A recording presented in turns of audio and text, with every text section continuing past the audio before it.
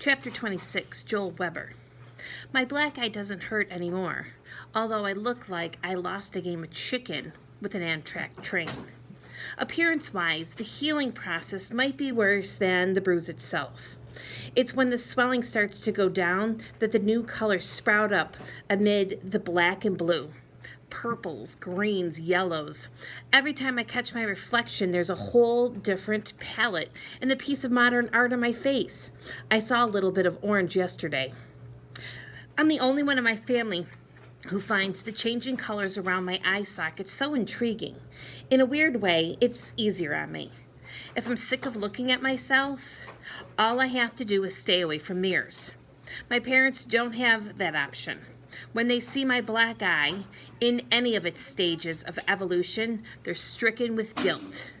Maybe it was the wrong decision to bring you home, my father reflects sadly. Of course it wasn't wrong, I tried to assure them. I hated Melton. But aren't you afraid that... My mother lets out a short, wheezing sob in C sharp. It might be starting up again. Afraid? Sure I am. When Chase, Aaron, and Bear were all over me last year, it was painful, humiliating, and downright scary. If you can't even ride your bike without a lacrosse stick sailing on nowhere and sending you flying, life becomes impossible. You know, it's not your fault. You know those guys are idiots, and yet you can't help thinking you somehow deserve it. That you might be just a teensy bit less worthy than everybody else. After all, how come no one's picking on any of them? But as worried as I am about all that, I think what bothers me the most is how wrong I was about Chase. I honestly believe he's changed. I was even starting to like the guy. It goes to show how mistaken a person can be. My parents' reaction is bad enough. My sister is off the chain. Every change in the bruised topography of my face launches her into a new revenge fantasy about she would do to Chase if I were in charge of the world. Some of these are so brutal, and in some cases so downright gross, that I have to cut her off.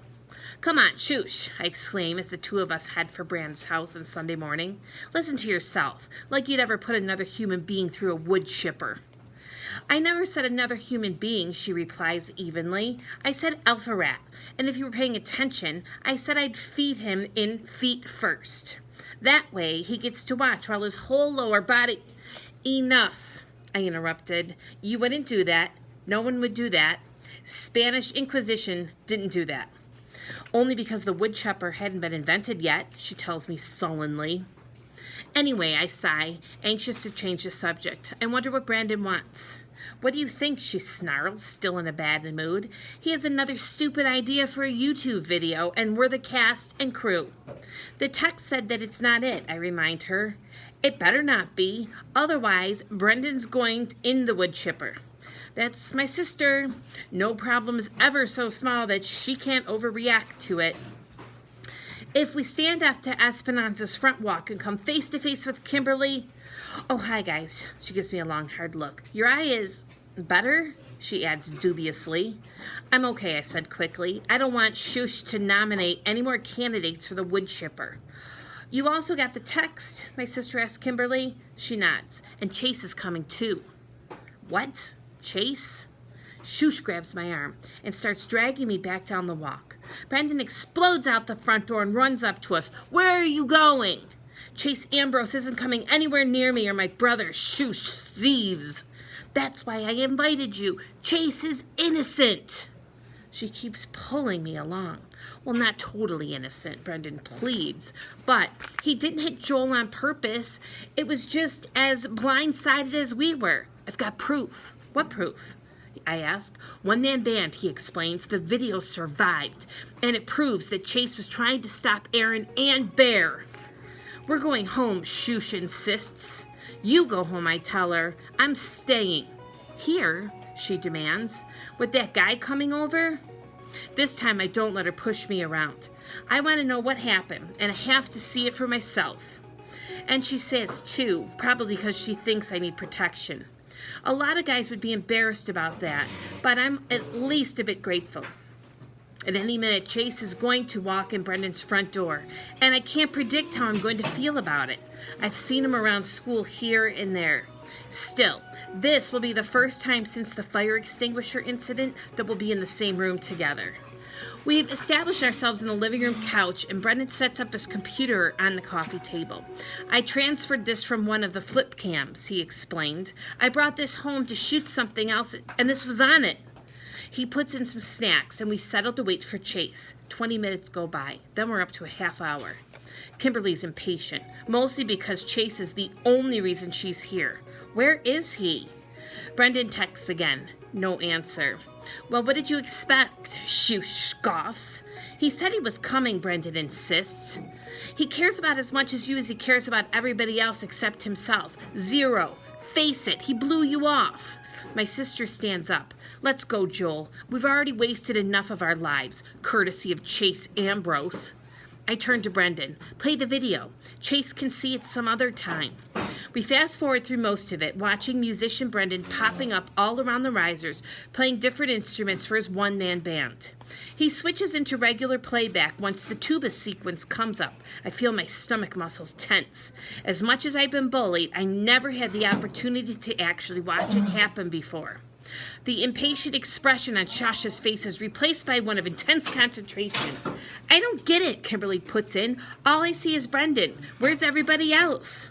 You and Joel are there, but you're both out of frame, Brendan explains. Keep watching. We hear Aaron and Bear fling the doors open, even though they're off camera. The first thing we actually see are 2 jets of white foam that catch Brendan full in the face. He goes down, tuba and all. It'd be funny if I didn't know what was coming next. When the streams of foam change direction of some target off-screen to the right, I know I'm the one in the line of fire.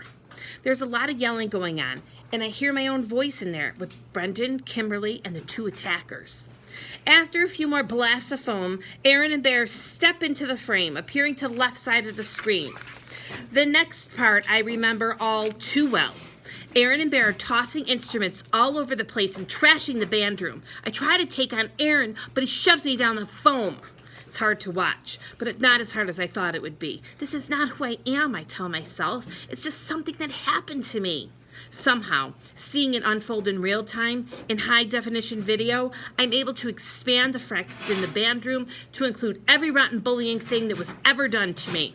And here I am, alive, undamaged. Well, except my eye. I've been victimized, but I don't have to let that define me as a victim.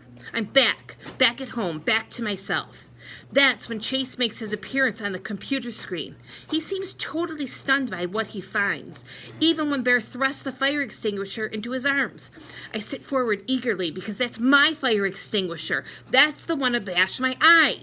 As I watch Chase and Bear struggling over the shiny metal cylinder, I tense, knowing it's coming any second. I'm following the combatants, checking for the high sign, a nod of acknowledgement that shows that 3 are in cahoots, and this time the clobber is the kid who got them put in community service. It doesn't come. Chase wins the tug-of-war, and my face gets in the way. That's all that happens. Brendan pauses the video. An accident, he says triumphantly. I agree, I tell him. Wow, Chase must be really strong is what Kimberly gets out of it. Shosha's cheeks are bright red as she digests the truth. My sister judges everything and everybody so harshly that when her judgment falls on herself, it's like the end of the world. He still lied, she said tight-lipped. He's not perfect, Brendan agrees. But think of that trouble he'd been in if he got faced or blamed for all that. If it was you and you saw an easy way out, wouldn't you take it? Shusha's stubborn. I wouldn't be in a mess like that because I don't hang out with pond scum. I look at her. We have to at least talk to him. I've expected more of an argument, but she nods, and I can think of plenty of things to say. One of those should be I'm sorry, Brendan puts it pointedly. She glares at him. We'll see. But if this is it, it'll be the last item on my list. Where's Chase? Kimberly asked in annoyance. Brendan, you said he was going to be here. Brendan's already on his phone, talking with Mrs. Ambrose. He frowns, thanks her, and hangs up. According to his mom, he's on his way to Portland Street. She said he was in a real hurry. Did he forget to come, I asked. Brendan shakes his head. He said he'd be here. He just texted a couple of hours ago. She stands up. Well, let's go to Portland Street.